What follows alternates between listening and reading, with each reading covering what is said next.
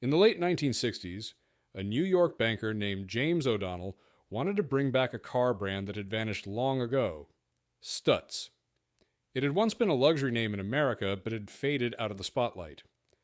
O'Donnell had a plan to make it famous again, and for that, he hired a designer named Virgil Exner. Exner had worked at Chrysler before and was known for bold styling. He came up with a strange but eye-catching design. The new car had a tall chrome grille, headlights that stood on their own, and even a spare tire stuck on the trunk.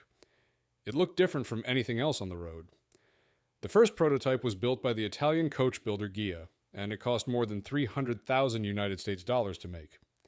This car was shown for the first time in January 1970 at the Waldorf Astoria Hotel in New York City. The car was called the Stutz Blackhawk. It was made from 1971 to 1987. Production started in Italy, where companies like Officine Padan and later Carrozzeria Saturn took apart Pontiac Grand Prix cars and rebuilt them by hand. Each car took more than 1,500 hours to finish. Most models used a Pontiac platform and had General Motors parts under the fancy body. The early Blackhawks came with a large 455 cubic inch V8 engine from Pontiac. That is about 7.5 liters. It had about 425 horsepower. The cars were rear-wheel drive and used a 3-speed automatic transmission. Later models used smaller Pontiac engines, and even engines from Ford, Cadillac, and Chevrolet. Performance was not too bad for something that weighed nearly 5,000 pounds. The Stutz Blackhawk could go from 0 to 60 miles per hour in around 8.4 seconds. Its top speed was about 130 miles per hour. The downside was the fuel economy, only around 8 miles per gallon, but that was not surprising for such a big and heavy car. Inside, the Blackhawk was all about showing off. The dashboard used wood like burled walnut or bird's eye maple. The seats were covered in Connolly leather. The trim had real gold plating. Some cars had mink or fine wool carpet. They came with cruise control, automatic headlamp control, and even a Learjet 8-track stereo. One version had both English and Italian words on the gauges. There was even a built-in liquor cabinet in some cars. It seemed like someone asked, what would a millionaire from 1975 want in his car? And then checked off every box. Several versions of the Blackhawk came out. The first was called Blackhawk 1 and had a split windshield. Later versions kept the same look but with some small changes. There was even a 4-door sedan called the Stutz 4-port, and convertibles like the d'Italia and Bearcat. Only about 500 to 600 Stutz Blackhawks were made in total. Most were sold to celebrities. Elvis Presley owned several. Frank Sinatra, Lucille Ball, Dean Martin, and Sammy Davis Jr. all had one too. Even though it disappeared in the late 1980s, the Blackhawk still gets attention today. It was strange, heavy, and expensive. But it did what it was built to do: stand out.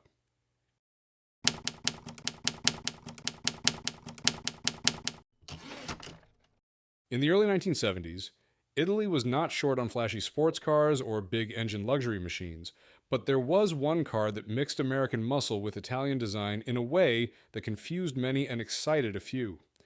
It was not built to break lap records or show off in movies. It was made for something stranger, mixing comfort, power, and awkward charm in one package. This was the Detomaso Longchamp. The Detomaso Longchamp was first shown to the public in 1972 at the Turin Motor Show in Italy. It came from the mind of Alejandro Detomaso, an Argentine-born racing driver turned car maker. His company, Detomaso Automobili, was already known for cars like the Mangusta and the Pantera, but the Longchamp was different. It was not a mid-engine supercar. It was a front-engine Grand Tourer with 4 seats, meant to compete with cars like the Mercedes-Benz 450 SLC. The car was built on a shortened version of the Detomaso Deville sedan chassis. That meant it kept the same suspension and braking setup. The chassis was engineered by Giampaolo Dallara, a man who would later become famous for building race cars.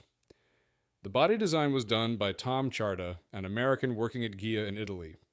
He gave the Longchamp sharp lines and a boxy profile, and it used headlights from the Ford Granada and taillights from the Alfa Romeo 1750. Under the hood was a big 5.8-liter Ford Cleveland V8 engine. the same engine used in the Detomaso Pantera. It made about 330 horsepower. Most Longchamps came with a 3-speed Ford Cruise-O-Matic automatic transmission. Only about 17 cars were fitted with a 5-speed manual gearbox made by ZF for people who liked to do the work themselves. In 1980, the Longchamp was updated with a second series.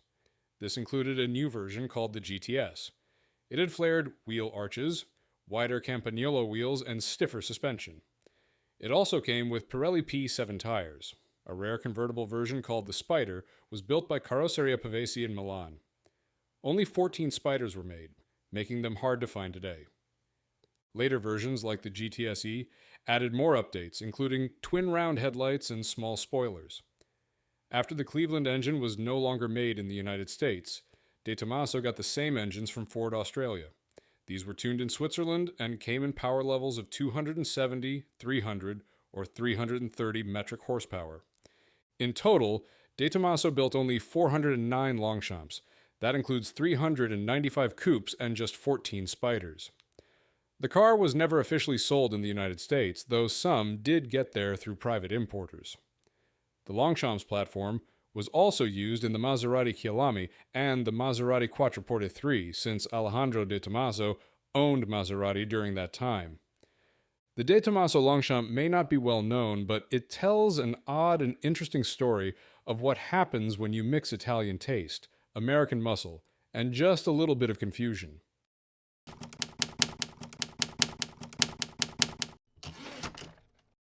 In the 1970s, a car rolled onto the scene that looked like it belonged in a black and white gangster film, yet it was brand new.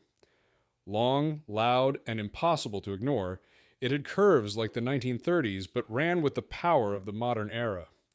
This was not a concept car or a Hollywood prop, it was real, and it was called the Panther Deville. The Panther Deville was built by Panther Westwinds, a British car company that started in the 1970s. Founded by Robert Jankel, the company had a simple idea: combine old-school car design with modern power and luxury. From 1974 to 1985, Panther Westwinds built around 60 Deville cars. They came in different body styles, including a 4-door saloon, a 2-door coupe, a convertible, and even a rare 6-door limousine. It looked like a Bugatti Royale from the 1930s, but under the hood, it was something else entirely. The engines were sourced from Jaguar. Buyers could pick between a 4.2-liter inline-6 engine or a 5.3-liter V12. These were serious engines made for performance. Most DeVilles used a 3-speed automatic transmission at first, then later a 4-speed automatic transmission. The layout was front engine with rear wheel drive. It had a wheelbase of 142 inches, a total length of 204 inches, and weighed about 4,370 pounds. The car could hit 60 miles per hour in about 12 seconds, and the top speed was around 110 miles per hour. Not bad for something that looked like it came out of a museum. The outside design had big fenders, round headlights, and a huge grille, clearly inspired by cars from the 1930s. But inside, it was packed with modern luxury. Some versions had televisions, drinks bars, and soft leather seats. The chassis was made of tubular steel, and many of the interior parts were actually taken from regular cars. For example, the doors came from the BMC 1800, which was a family car. Famous people loved the Panther Deville. Elton John owned one. Actor Oliver Reed had his custom built with space for a fridge and even a shotgun case. He had his army number put on the radiator cap. The Shah of Iran bought one, and so did boxer George Foreman. The car also became known worldwide when it appeared in Disney movies. It was the car driven by Cruella de Vil in 101 Dalmatians, 102 Dalmatians, and the 2021 movie Cruella. For that last film, the original engine was swapped with a Chevrolet V8 to handle the stunt scenes better. Back in 1980, the convertible Panther Deville cost £72,215. That was more than a Rolls-Royce Silver Shadow 2. It was one of the most expensive cars you could buy in Britain. Today, the Panther Deville is a rare collector's item. It is strange, heavy, flashy, and kind of looks like a car Batman's grandmother might drive, but that is what makes it unforgettable.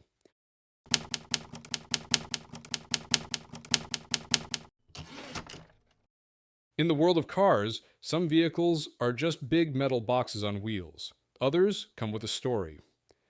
Then there is the Mercedes-Benz W100, also called the Mercedes-Benz 600.